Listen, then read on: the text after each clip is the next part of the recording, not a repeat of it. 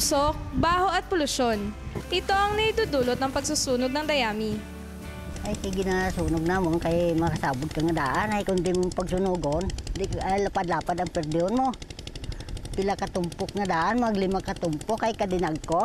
Nang ginasunog namon.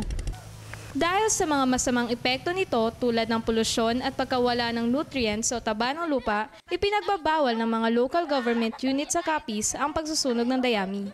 Sa water resources nato, so tama-tama ubos ang water resources. Upang mapaigting ang kampanya laban sa gawaing ito, nagbibigay ang lokal na pamahalaan ng mga seminars sa mga local government information officers and officials. Sa pamamagitan ng mga seminar na ito'y nagbibigay sila ng kaalaman ukol sa mga gawaing makapipinsala sa kapaligiran. Kailangan ay tigilan na natin, no? Tigilan na natin ang pagsusunog ng mga dayami kasi pag hindi natin itinigil yan, yung una, darating ang araw na yung lupa natin ay hindi na mataba, hindi na siya magandang tubuan ng tanim. Pangalawa, yung carbon dioxide na sinasabi natin, pag patuloy na nadadagdagan yan ang level sa atmosphere natin, ay magpapatindi ng global warming.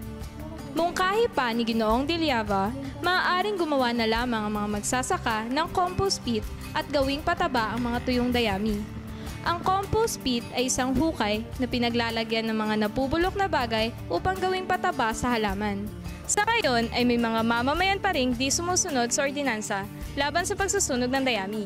Kami sa KNN Capiz ay umaasang sa puspusang pagpapatupad ng batas at kooperasyon ng mga magsasaka ay matitigil na ang mapinsalang gawain ito.